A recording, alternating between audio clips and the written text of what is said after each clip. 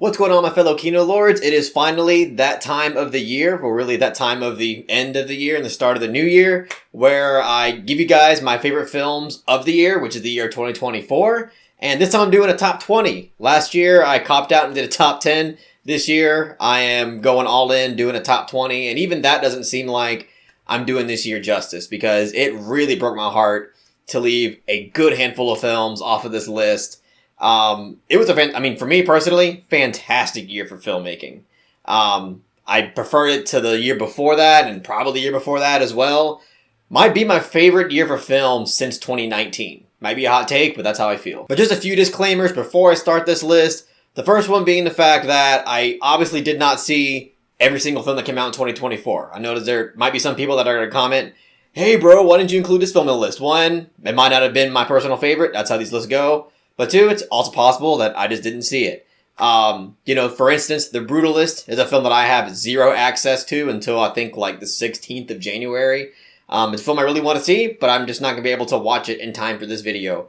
It's just the way she goes, boys. And the other disclaimer is quite obvious, but I feel like I have to say it.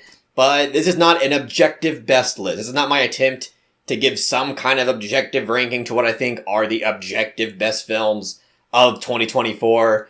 This is purely my personal favorite list. This is purely just a ranking of my personal favorites. Like, there's a film that I could technically say, sure, in terms of filmmaking, in terms of craft, it's a better movie, but just in terms of taste and in terms of the impact that it had on me, I like it more than that objectively better crafted movie. And I know that just using the word objective in the realm of art and filmmaking is triggering in its own right, but I just have to make that clear before diving into my list. But let's start off with the honorable mentions first. I don't want to spend forever talking about them, but I have to at least mention it, because there are, again, a lot of films that I have to give a shout out to, because they are actually really great movies.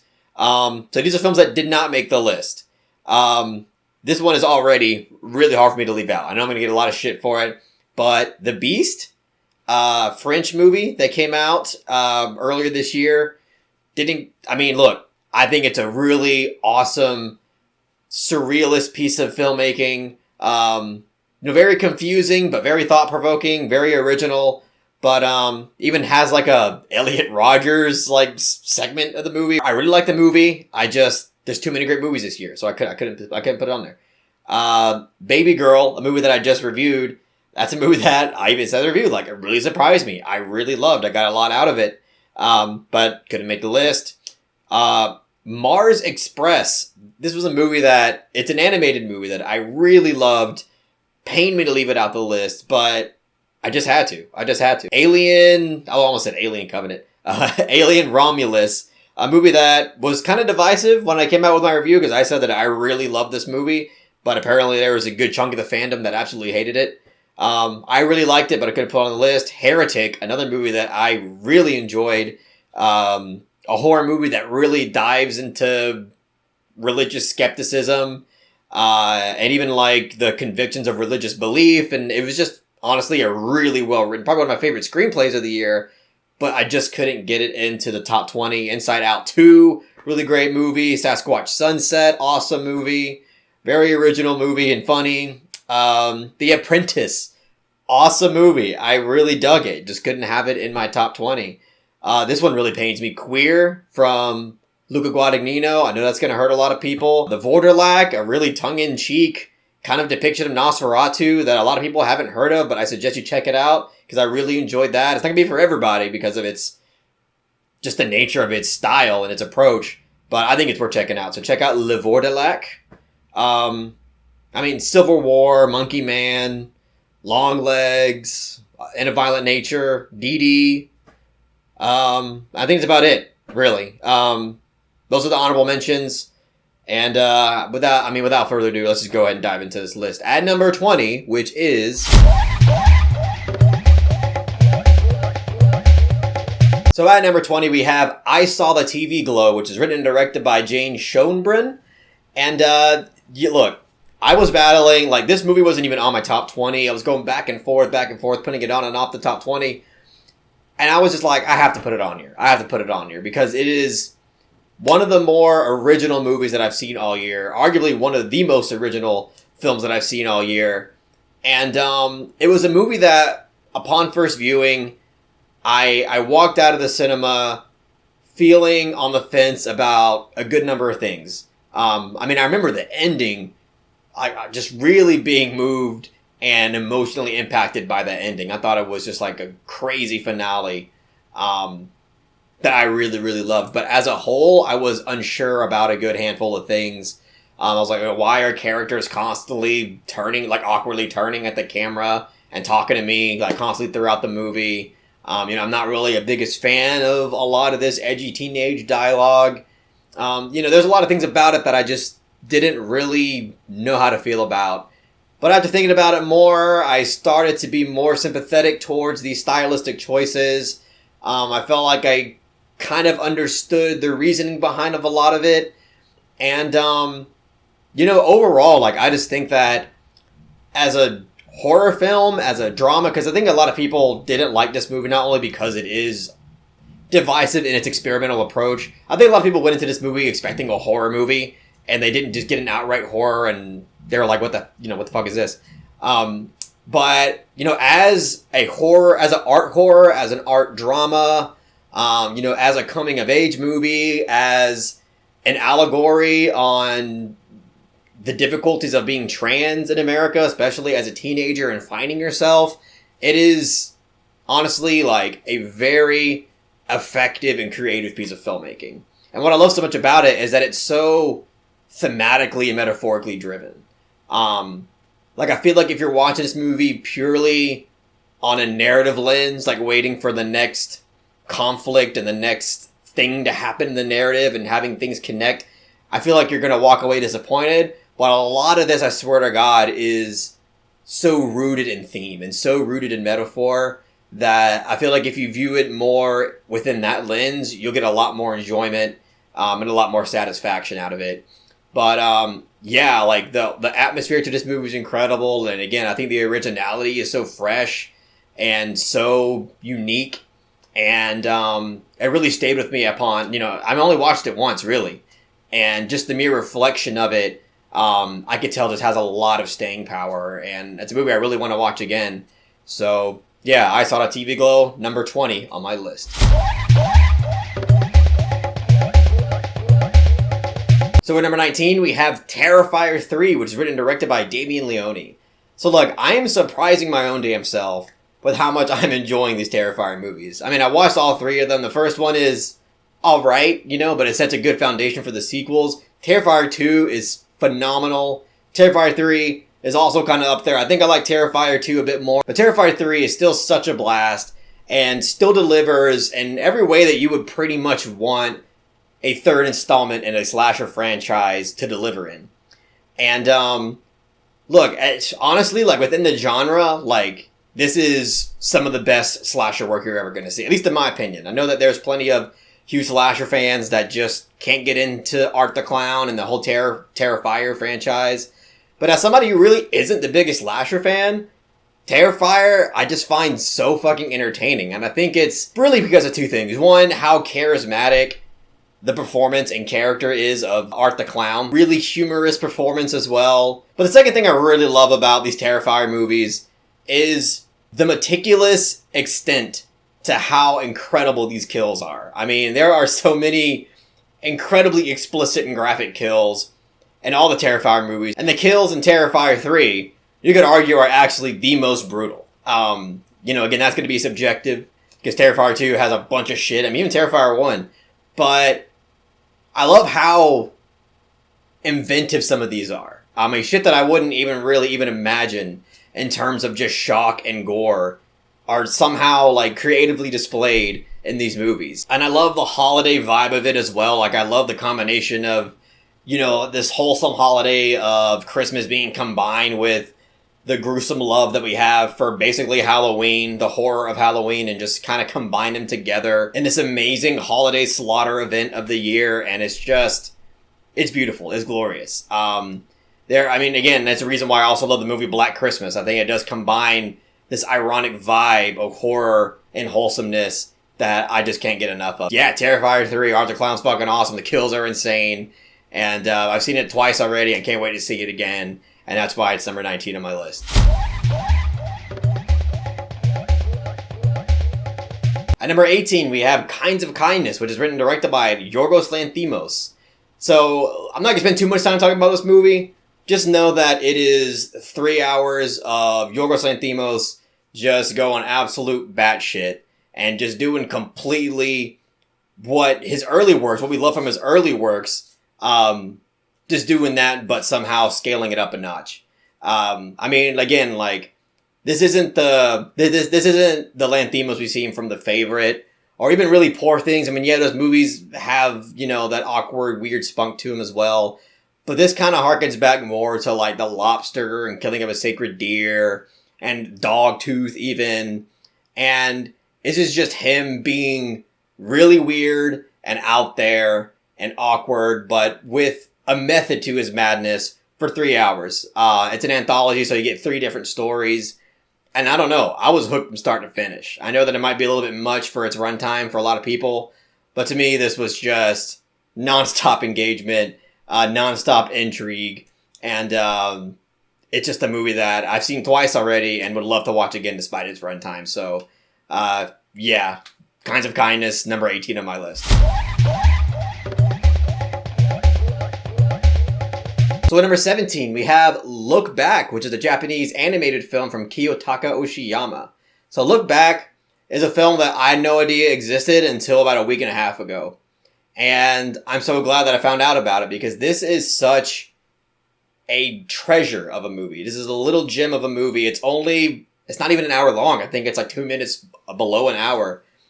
And it just delivers so much within a short span of time. I mean, conceptually, this movie is basically about 2 middle school kids that both aspire to be graphic novel artists, basically. And throughout the film, it develops their connection as they age.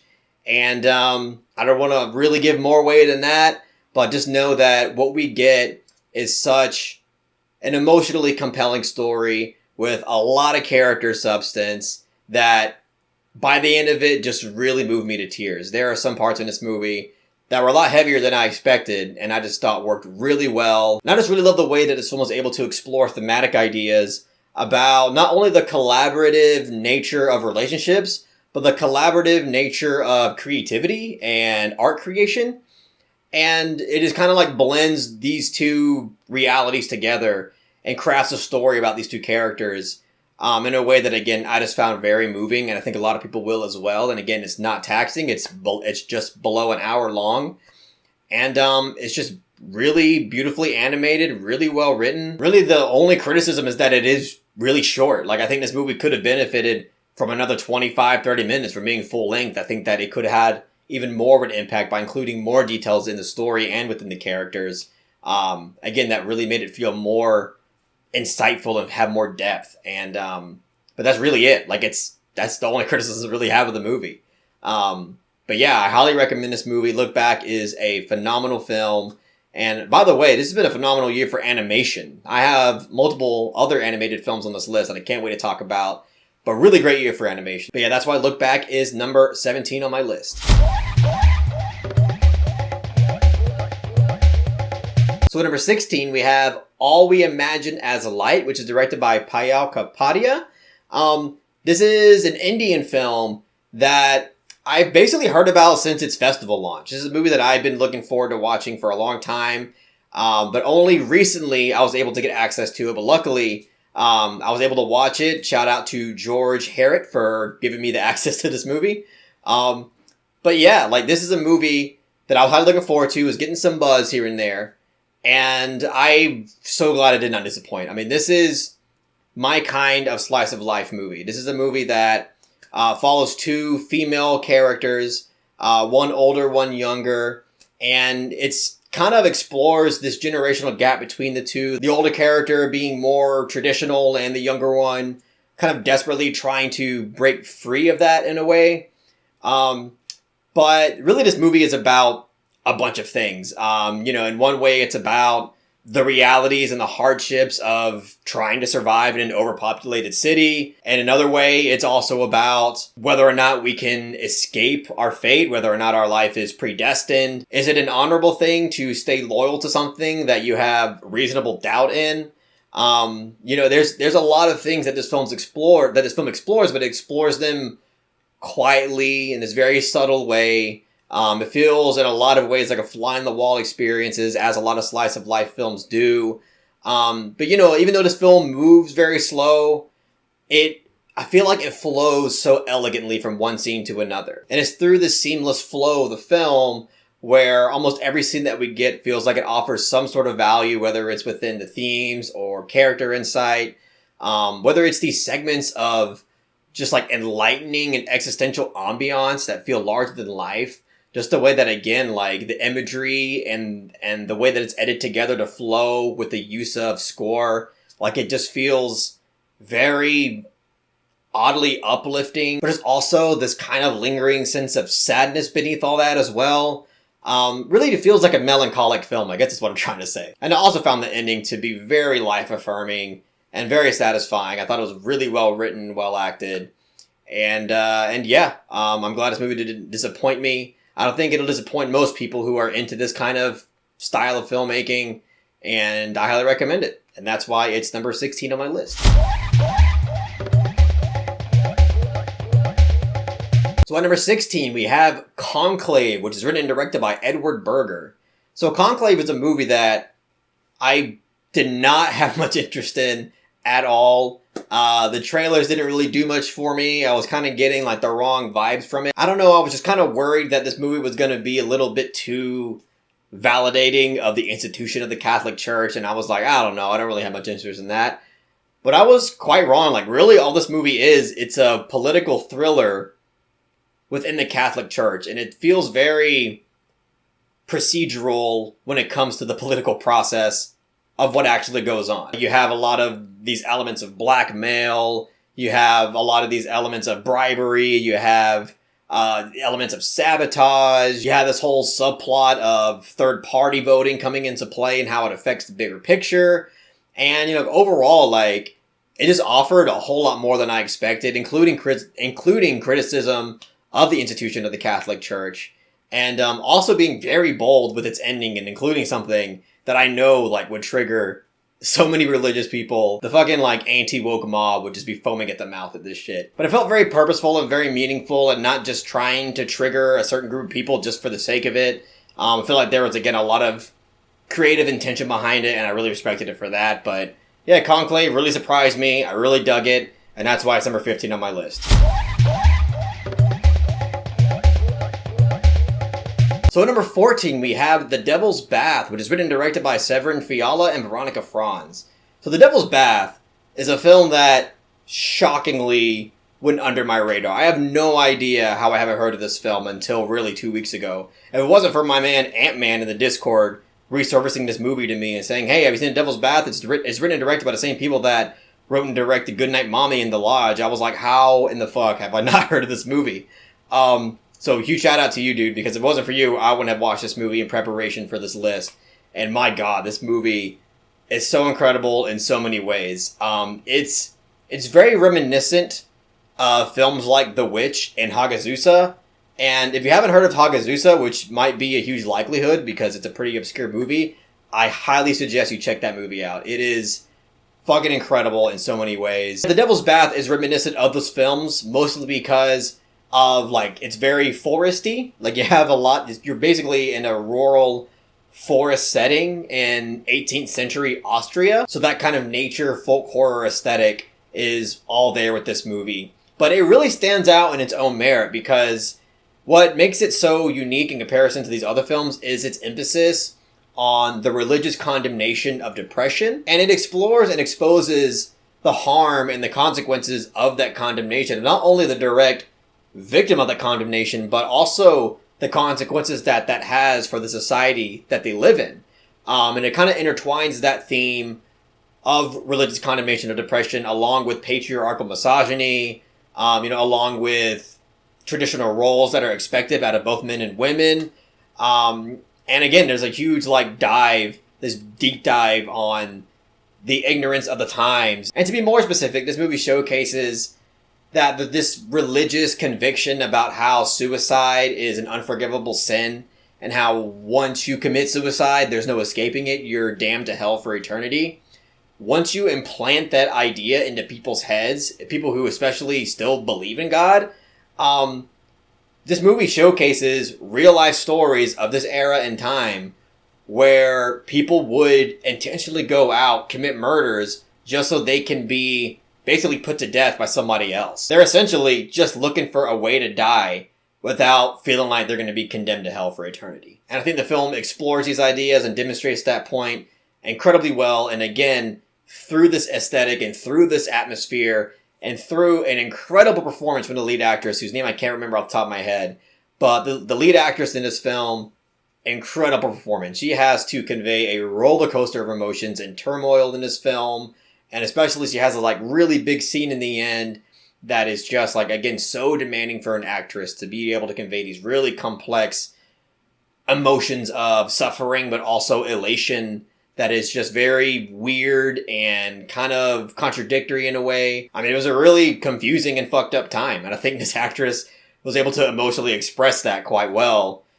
And yeah, this is just in terms of what these filmmakers have made, I do think that this is their bleakest and most somber film that they've made. It is, there's not a lot of light at the end of this tunnel. And I also love how unapologetic and unafraid this movie was with showing harm towards children. So that's definitely a trigger warning for people who can't watch that on screen. But this movie just does not hold back on showing harm towards children, considering that this was a real phenomenon that was happening. I think it's kind of important to demonstrate the true reality of what was going on and to really illustrate the gravity of everything, because not only does it make it more authentic in its terror, but again, it also feels like it's doing something important. But yeah, The Devil's Bath, really great film. For me, it was an overlooked gem. I don't know if I was the only one that lived under a rock, I guess, and just didn't hear about it.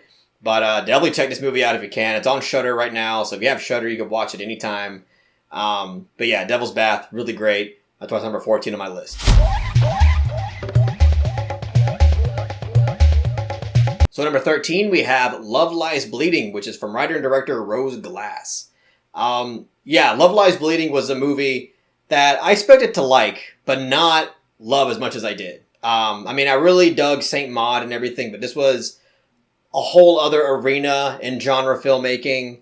So I just thought the leap from just psychological religious horror to action thriller romance type movie, I don't know how it was gonna resonate from a filmmaker who's never really done that before. And she fucking knocked it out of the park. This movie I found to be so engaging and so entertaining from start to finish. Kristen Stewart, amazing performance. I think her name's Katie O'Brien, the muscle mommy chick. She's really good in this movie too. Never seen her in anything before, but she was really good here. And even Ed Harris, who I haven't seen in a movie in a long time, he's quite menacing in this movie as, this kind of oppressive figure of both these main characters' lives. And Dave Franco, also great scumbag in this movie. Yeah, and it's just stylistically, it works so well. I love the use of score throughout the film. It has this very 80s type vibe throughout it. And just really thrilling. Even if you don't grasp, even if you don't really care about themes, you don't care about meaning, it's still just a thrilling story and a thrilling experience. The ending is going to be divisive for some people. I personally really dug the ending, but I really takes a leap and goes for something big with the ending, makes it quite surreal and weird and dreamlike. But I really dug it. I found a lot of thematic value in it. And I just think this movie offers so much, and it was a really entertaining movie. So yeah, Love Lies Bleeding. I really love this movie a lot, obviously, and that's why it's number 13 on my list. So at number 12, we have Evil Does Not Exist, which is written and directed by Ryosuke Hamaguchi. So Evil Does Not Exist is from the same writer and director of Drive My Car, which is a film that I personally really love. And Evil Does Not Exist is a very different movie thematically, where this movie is more tackling themes of environmentalism, capitalism, gentrification, the life of the rural community. and really also just the value of nature and the essence of nature as well. But stylistically, it's very similar to Drive My Car in the sense that it's a very subtle and quiet film. Very dialogue-driven movie. It's not, like, again, stylistically, it's not flashy. It's very slice of life, fly on the wall type of experience. And I swear to God, Hamaguchi is a filmmaker and screenwriter that he's unique in a way in the sense that he could write a particular scene that takes place in one area and have that scene go on for such a long time, and I'm still absolutely invested in it. There's a scene in this movie that takes place like in a local town hall type thing, and that town hall scene, I swear, goes on forever, but it is constantly engaging. It is always offering something within the dialogue, always offering some new conflict within the characters, offering some sort of insight on what the film is saying thematically. There's always something interesting going on. No matter how long the scene goes, I am fully locked in. And again, Hamaguchi is a very quiet and subtle filmmaker. So he's a filmmaker that, if you've never seen one of his films, you have to go into it trying to be patient with it. Give it a chance. Let it take you where it's going to take you. And if you let it do that, I think you will enjoy it and have a satisfying watch. And again, like, there's environmental themes in here, but there's also themes here about loss and parenthood that I think come all full circle at the end of the movie, combining all these themes together in a really powerful yet subtle way, involving a deer that's wounded. And it is, again, a very subtle ending, but very powerful and interpretive about symbolically what it's saying. And I only watched it once, like five or so months ago, but it's had so much staying power with me. I still think about this movie from time to time. And I couldn't really recommend it enough. So I think if you like Drive My Car, you will also find a lot of value in Evil Does Not Exist. So that's why Evil Does Not Exist is number 12 on my list. So at number 11, we have The Wild Robot, which is a DreamWorks movie that I didn't expect to blow me away as much as it did. And this is another movie, oddly like Evil Does Not Exist, that does tackle themes about environmentalism and about parenthood, well, specifically motherhood in this movie. But it is a movie that, obviously has a whole different style than mine. This is a movie that is, very energetic and is, geared to keep children's attention. But it is so great. Like, this is a movie that has so much humor, so much character, so much personality, and the emotional content of this movie is so powerful. There's a handful of moments in this movie that either got me teary-eyed or straight up crying. It is a wonderful movie through and through. And this is a movie that I feel like a lot of people have slept on or just kind of went under the radar. Because, I have coworkers who watch like every mainstream movie, and I told them, like, hey, have you heard of The Wild Robot? And they were like, no, I haven't heard of that. It's like, damn, like, this movie is even going under the radar for people who keep up with popular movies. Yeah, The Wild Robot is beautifully animated, very well crafted, an incredibly well written movie. That I really want to keep seeing more and more. I only watched it once, but it's a film that I've been wanting to rewatch more and more ever since I first saw it. Definitely want to buy this on 4K because it really does look really crisp and really gorgeous. So I really can't wait to do that. But anyway, yeah, The Wild Robot, don't sleep on it. It's a really awesome movie, and that's why it's number 11 on my list. So at number 10, we have The Substance, which is written and directed by Coralie Fargeau and stars Demi Moore and Margaret Qualley. So The Substance was a movie that I didn't hear like festival buzz about. I'm sure there was, but I just wasn't paying attention.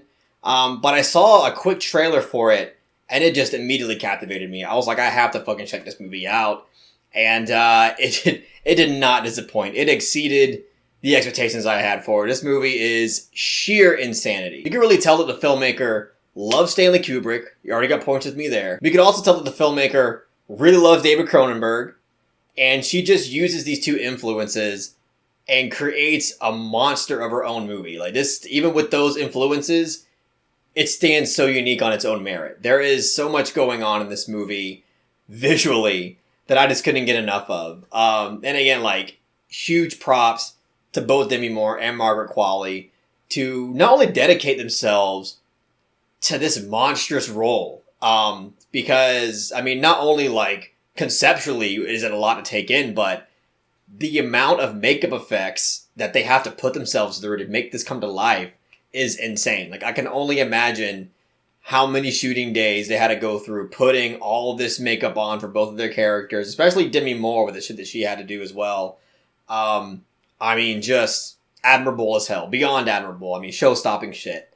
And the performances themselves are incredible. And, yeah, I just love, like, the energy of this movie. The stylistic energy that this movie has is nonstop. It is just unforgiving. Even until the very end, it just never lets its foot off the gas. And even though I'm not completely in love with everything in this movie, there are some elements of that third act that, you know, I have my issues with. It's just impossible for me not to admire and appreciate this creature of a movie. I mean, it is so memorable. Again, one of those movies, like, I've only seen it once, but it has stuck with me ever since I saw it, and I can't wait to watch this one again. This one, to me, is very rewatchable. I mean, at least if you're cool with a lot of the gross-out body horror type stuff. If not, then it might be a one-time watch for you. Even, like, if some people claim, like, thematically it's not the most dimensional part of the movie. Like, I understand some people can say that this is, like, a one-dimensional theme type of movie. That kind of shit didn't really bother me. Because, yes, even if it's about unfair conventional beauty standards against women, even, yes, it's about the plastic surgery industry and how it preys upon the insecurities bestowed upon them because of these patriarchal beauty standards. Like, yes, I found all that stuff compelling. I can see why people will find it one-dimensional. But that shit didn't bother me at all. Like, I feel like there's enough layers to it for me to appreciate it on a thematic level, but also just enjoy the entertainment right of it. So, yeah, I don't know. This movie's just a fucking blast. Like, it is just a crazy-ass movie. So bold, so daring. Actors across the board, phenomenal job. And it's just funny. Like, there's a good handful of just, like, gut-bustingly hilarious moments. But yeah, The Substance, fucking nuts movie. Can't recommend it enough. I think it's on Mubi streaming right now. Could be wrong, but that's the last I heard. But yeah, definitely check it out if you haven't already. That's why it's number 10 on my list.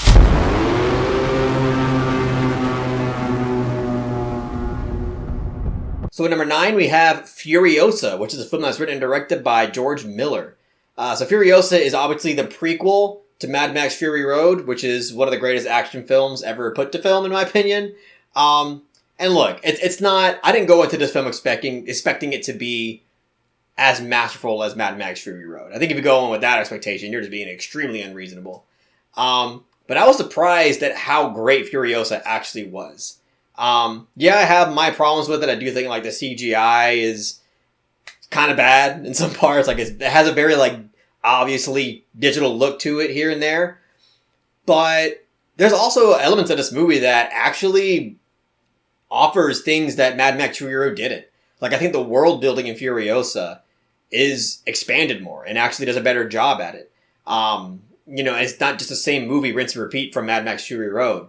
And I think as a way, like, as for a prequel even, because a lot of people kind of hate prequels because of the fact that you kind of already know where they're going to lead because you've seen the film that takes place in the timeline after it. So you know what's going to happen to characters, you know, blah, blah, blah. But it actually was able to expand on the universe and expand on its characters in ways that other prequels I don't think usually can.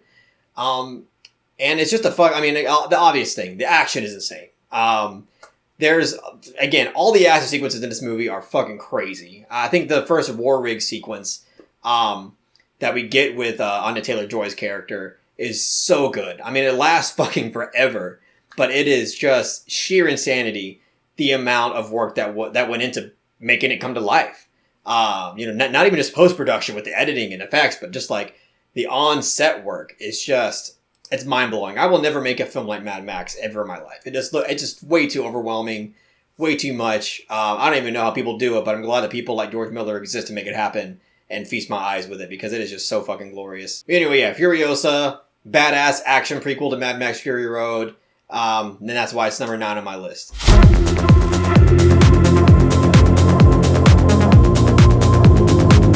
So at number 8, we have Challengers, which is directed by Luca Guadagnino. So Challengers was a movie that, honestly, I didn't really even expect to like that. Like, I thought it was like, it might be good, but, you know, it doesn't seem like it's going to really offer that much. Sports, drama, romance thing directed by Luca. And look, I'm not even the biggest Luca Guadagnino fan. I know that might trigger some people. But, before Challengers, like, yeah, I like Suspiria, but I'm not that huge on it. Yeah, I like Call Me By Your Name. I think it's a great movie, but I'm not, like, super in love with it. I actually didn't really like Bones and All that much. I thought that movie was kind of mid. So, like, I mean, I like Luca, but I'm not, like, super in love with the guy. So going into this movie, I was like, okay, sports movie with Zendaya, directed by Luca. I'm like, well, let's see what this has, but don't have the highest hopes for it. And this movie was fucking awesome. Overall, this movie offers so much, not only in terms of, like, character and sexual tension, but this film was actually able to do the love triangle thing in a way that didn't feel so conventional and cliche. Like, it's able to be a romance and a bromance at the same exact time. It's one of the reasons why I really love the finale of this film as well. And honestly, like, to this point, this is probably Luca's most stylistic movie. Like, the way that he utilizes Trent Reznor's score throughout the movie is just so much fun to watch. And upon rewatch, it gets funner and funner and funner. Like, I've seen this movie twice, and it's just so much fun as the movie progresses to keep seeing that reoccurring style be implemented throughout the film. Yeah, like, I just love the distinct personalities that were brought to each character and the dynamic that unfolds between all three of these characters and how it all, like, kind of relates back to sports and competition and tennis. Just a really, really well-written and directed movie. Love the finale again to this movie. So fucking good. I mean, he brought out every camera angle in the book for the finale, and I was all here for it. And again, I love the score to this movie too. Just really gets you really amped up, and it's just awesome. It's an awesome movie. I was shocked at how much I really love this movie and still do. So yeah, Challengers, Luca Guadagnino. It's number 8 on my list.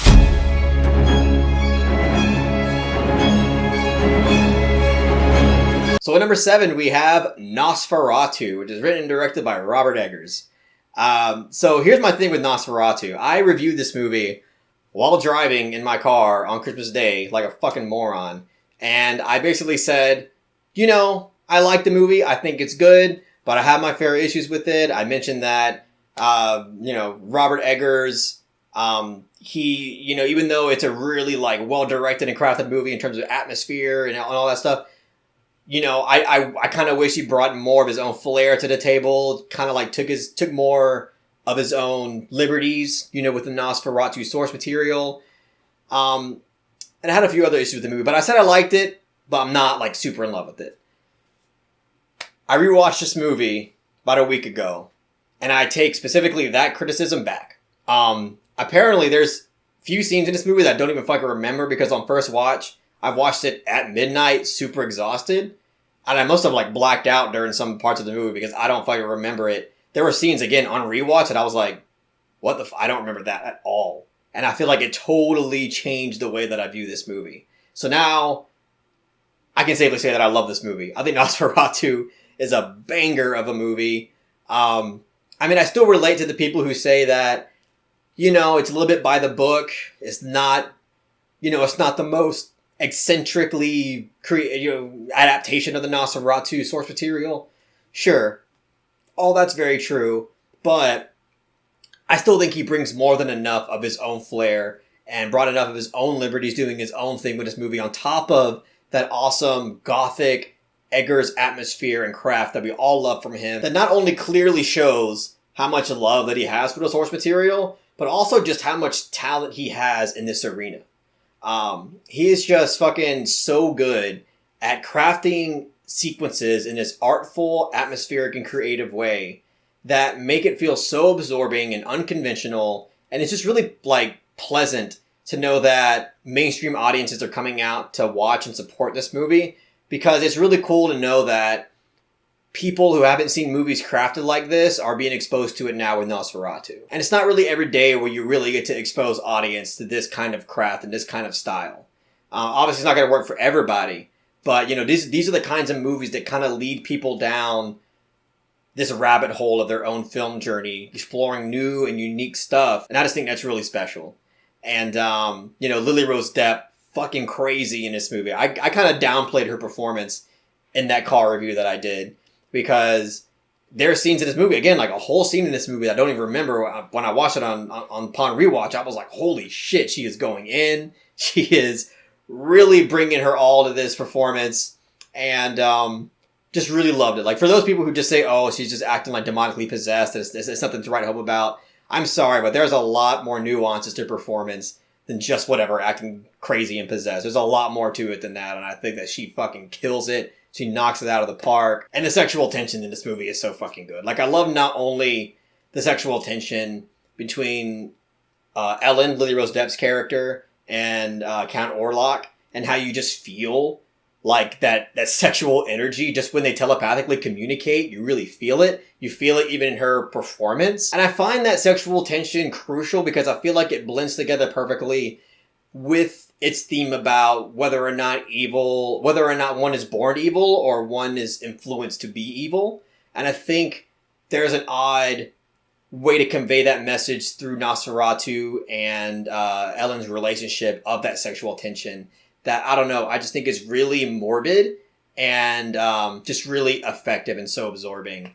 It felt really hypnotic in its own way, and I just loved it. I'm sorry. And you know what? I've kind of come around to Count Orlok's design. Like, before I said, oh, he just kind of looks like a 2020 monster and he has a weird porn stash. I don't get it. After watching it a second time, I had more appreciation for it. And especially after learning that a lot of royalty in this specific area kind of, they all had that mustache and they all had a certain look. Like, it's arguably actually the more accurate way that Count Orlok would actually look. So that's also a really interesting thing about it that I didn't know upon first viewing. But yeah, this movie's really great. It's a movie that I can see myself watching again and again and again. I still think it's my least favorite Eggers. I don't know if I'd put it above Northman, but it's like, right now they're kind of like interchangeable. But yeah, Nosferatu, really great film. Loved it, loved it, loved it. And that's why it's number 7 on my list. So at number 6, we have Anora, which is written and directed by Sean Baker. So Anora is a movie I went in with a little bit of skepticism, not because I dislike Sean Baker. I pretty much loved everything I've seen from Sean Baker so far.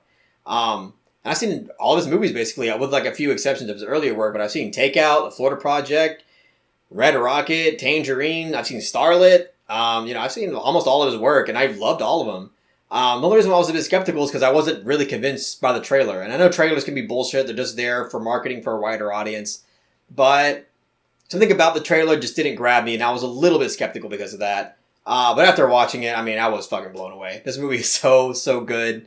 Even while watching it, I was a little bit skeptical. Because like the first half of this movie, I'm like, okay, we're spending a lot of time with Anora and this fucking rich boy, and they're being happy together. Like we were spending a lot of time with them, and eventually a conflict is going to come, so you feel like you're kind of just waiting for that conflict.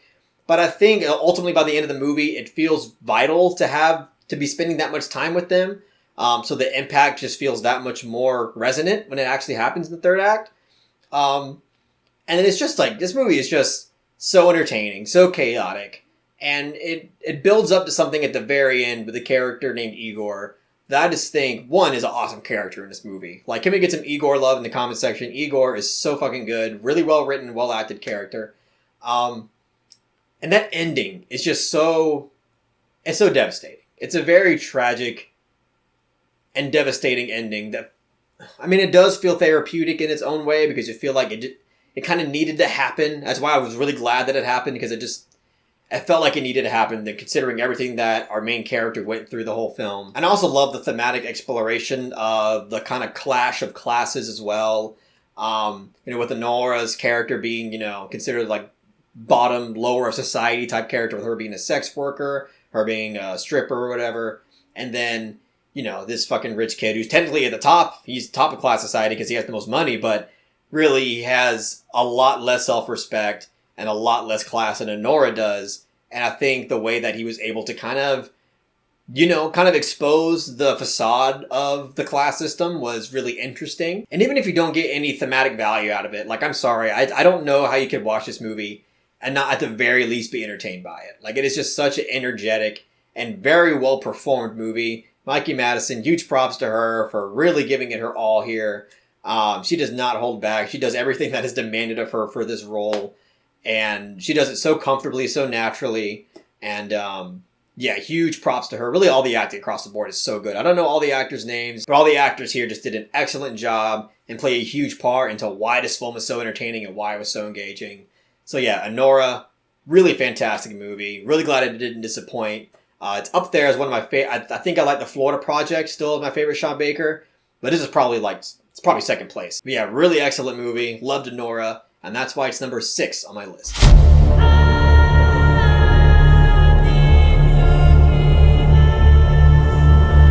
So at number 5, we have Dune Part 2, which is written and directed by Denis Villeneuve. So Dune Part 2 is a movie that I think a lot of us were really looking forward to and had huge expectations for, especially since a lot of us Dune fans were giving the excuse to the Dune 1 deniers, saying, hey, it's Part 1, it'll all come together when Part 2 comes out. We were all really hoping that Part 2 really does deliver on what we wanted it to. And it does. Dune Part 2 is an incredible fucking movie. Just really solidifies my love for Denis Villeneuve. This guy is bringing art house to blockbuster, and I'm all here for it. Obviously, it's not the most art house movie you've ever seen in your life, but in terms of style and presentation, there are a handful of sequences where, again, you can tell that artsy craft that we all love from his earlier films it's present here in this blockbuster. And I just love seeing that shit. Kind of like with Nosferatu, it's really cool seeing filmmakers like Denis Villeneuve expose mainstream audiences to a style of filmmaking that they probably haven't really seen before. I'm not someone who has read the Dune books or anything, so I don't really know the material that he's tackling here. So I'm watching all this being excited for what's to come. I don't know what's going to happen in Dune 3 or so on. And I don't know. All I know is that I was satisfied with what this movie offered narratively, character-wise, and of course in presentation. Just all super engaging. The finale of this movie is just incredible. The fucking sandworm ambush is fucking just so... I felt like a nerd watching this movie. I felt how the Star Wars and Marvel fans feel when they see their favorite characters have a cameo or something. When the fucking sandworms came out, I just wanted to fucking just nerd out over it. It was really, really cool shit. And yeah, of course, I also love just how political this film is by its own nature. That's one of the reasons why people really love the book, and I feel like that element is definitely not lost in these Villeneuve movies. But yeah, Dune Part 2, so fucking good. I think I watched it twice, once in Dolby, once in IMAX, both incredible experiences. And yeah, I need to watch it again. I've seen it twice, but I'm ready for Part 3.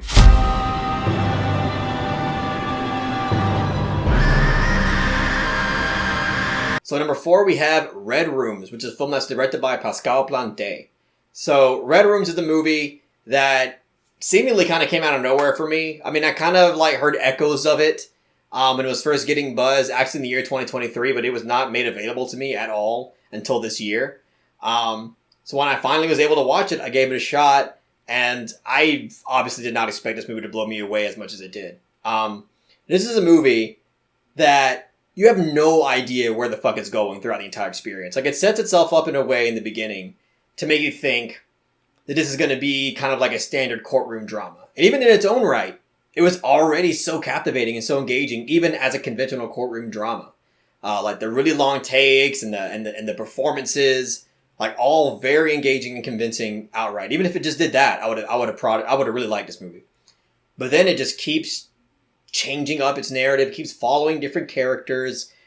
Relationships build between certain characters, certain things get revealed, and it just seems to always be unpredictable and where this thing is heading, what it's even trying to say.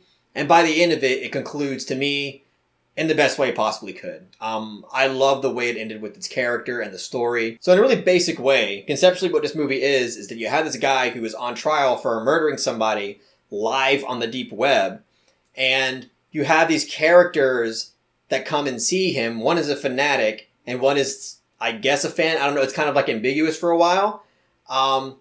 And basically, as the movie unfolds, we get to see information unravel in really uncomfortable ways, and certain things get revealed about certain characters, and it turns into this really dark mystery thriller, even horror type film. There's this one specific scene in this movie that really uses morbid audio design and sound design, and it was just very effective and very stylistic, and I just kind of loved what it had to say between our relationship with personalities on the internet, and also how detached we can become to our own moralities and to reality itself, and our desensitization to violence, especially violence through the internet, is a huge part into us becoming detached to reality in a way. And again, how it kind of all intertwines with being obsessed with internet personalities. I just think it explored all that in a very compelling way, in a very dark and realistic way.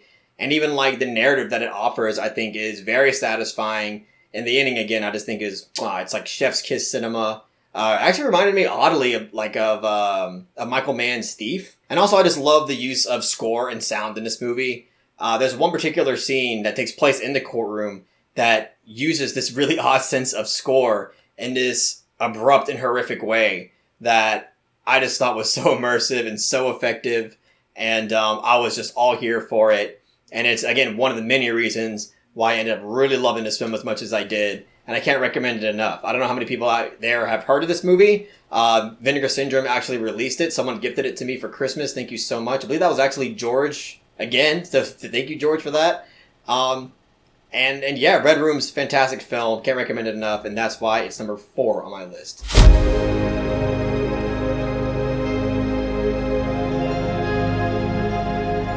So at number 3, we have Flow, which is a film that's written and directed by Gent Zibalodis.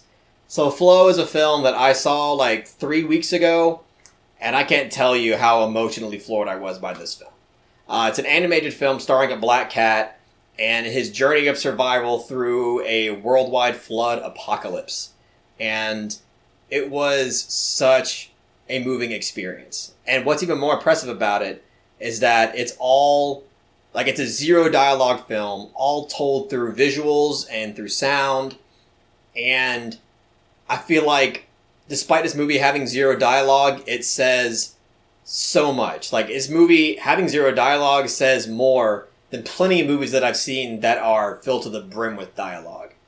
And, for anybody who really knows me, y'all know that's pretty much Carlos' core. I am a huge fan of visual storytelling, and this film offers that tenfold. And even though this film only has animal characters in it, it feels like a very human movie. Not only like with our relationships with animals themselves, but also just our relationship with nature and with Earth, and our relationship with death and survival. And really, this movie is about a lot of things surrounding environmentalism and about friendship. But I think ultimately why this movie moved me so much emotionally were its themes about self-sacrifice. Every scene that made me cry was basically had to do with self-sacrifice.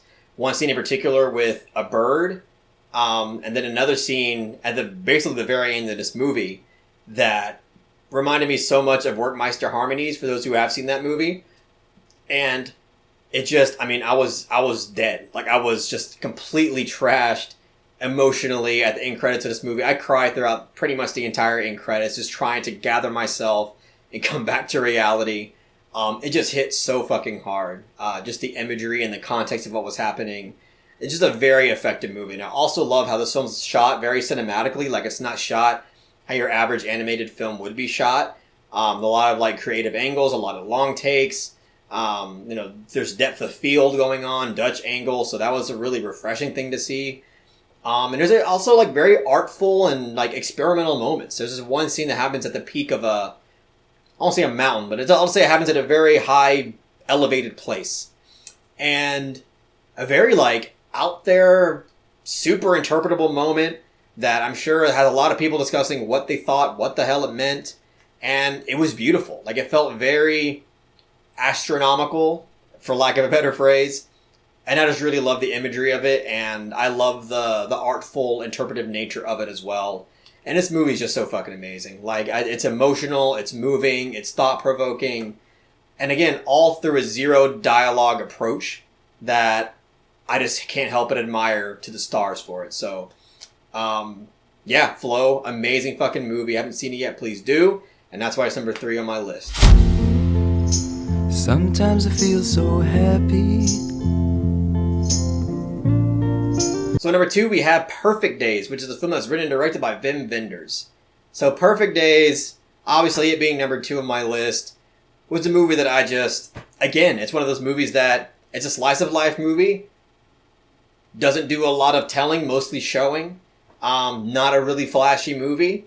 It's a very subtle and simple movie. Yet I feel like it just has mountains of things to say about humanity, about loneliness, about being content with your place in life, dealing with relationships with your family and the people around you. I mean, again, conceptually, this is a movie about our main character who is a janitor, but we learn that he's voluntarily a janitor. And that just sets up a very moving foundation about all the themes that I just laid out. But there's also very moving themes in this movie about nature itself. Like our main character, he takes pictures of trees every day. And there's a really just beautiful quote at the end of this movie about the rustling of leaves in the wind that I thought was just, again, very poetic and very insightful, and it really got to me. But this movie all around, just fucking incredible. And the ending to this movie, so fucking good. So good. I, for some reason, can't remember this man's name. I always forget his name, but the main actor in this movie, the last part of this movie, this final stretch where it's just like this really long take of him giving just a face performance and just emoting with nothing but his face, no words, no nothing. So powerful. Like that is an actor, that is a performance. Along with the music that's there, it is just so, I mean, that's why I love films. Like that is an example of why I love film as an art form. Yeah, I just can't say enough nice things about this movie. Like it's a slice of life movie. It's a very simple movie. There's not a lot of flashiness to it. Like it is what it is, fly on the wall experience. And yet it just says so fucking much. And I just really, really love this movie. The more I think about it, the more I love it. I loved it the first time. I loved it more the second time. And don't sleep on this movie. Don't sleep on this movie. It is incredible. So, Perfect Days, number 2 on my list. So fucking good. All right, we have finally made it to the number 1 movie of 2024. Now, maybe through some deductive reasoning and some geniuses out there, you guys already know which one it is. But, without further ado, my number 1 film of 2024 is...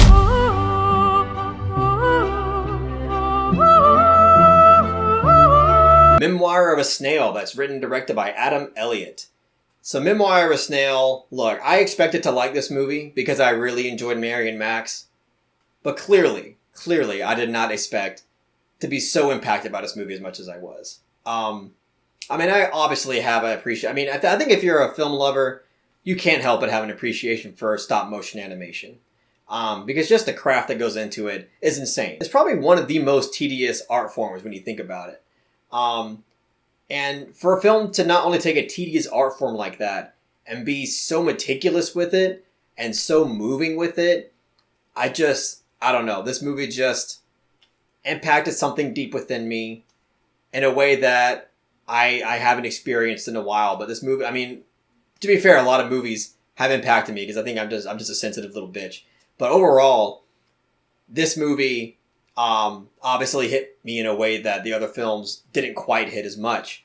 And I think just like the combination of dark, ironic humor mixed with sincere expressions of emotion and blending that in, dealing with the difficult realities of loneliness and also the difficulty of trying to blend in with the normalcy of society.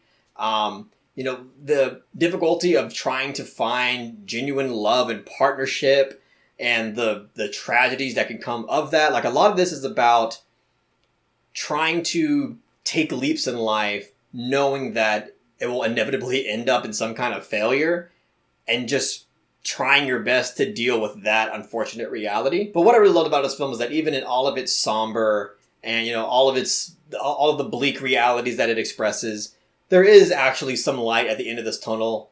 And especially with the relationship that's built between the brother and sister characters in this movie.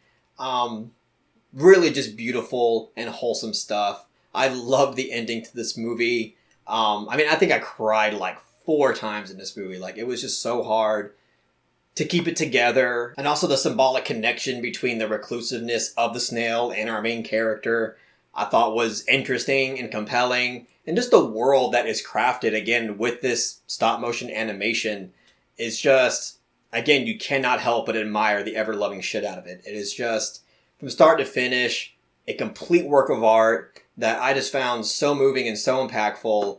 I've only seen it once, but yet this movie has had the most staying power with me. And it just affected me in the most powerful way this year that it's kind of hard to describe and even put in words. But, this is a movie that a lot of people still don't really know about, which is unfortunate because it just offers so much and had much more of a story than I was even expecting. So I can't recommend this enough. Obviously, it's my number one of the year. I'm sure as soon as it will be available on VOD, if it's not already. Please don't sleep on this movie. Check it out if you can. I hope it gets nominated for an Oscar. I feel confident that Flow will get nominated for an Oscar. I don't know about Memoir of a Snail, but I really hope it does because it is just such a beautiful movie with also a very dark and twisted sense of humor that I really, really loved. And by the way, I forgot to mention, this is a film that's made for adults. It's not a kid's movie. This is a R-rated stop-motion animation film that really makes use of the rating and really, really loved it. So Memoir of a Snail, my number one of the year. I gave it some long and painful thought, but I really think if I'm being honest, this was the movie that connected with me and impacted me the most this year. Well, all right, everybody. That's my top 20 of 2024. I hope you really enjoyed this list. I can't wait to read everybody else's top 20s in the comment section, so please comment that below. And that's basically it. So if you really enjoyed this list, please give it a thumbs up and share it amongst your friends. And don't forget to subscribe to the channel to be updated on more film-related content.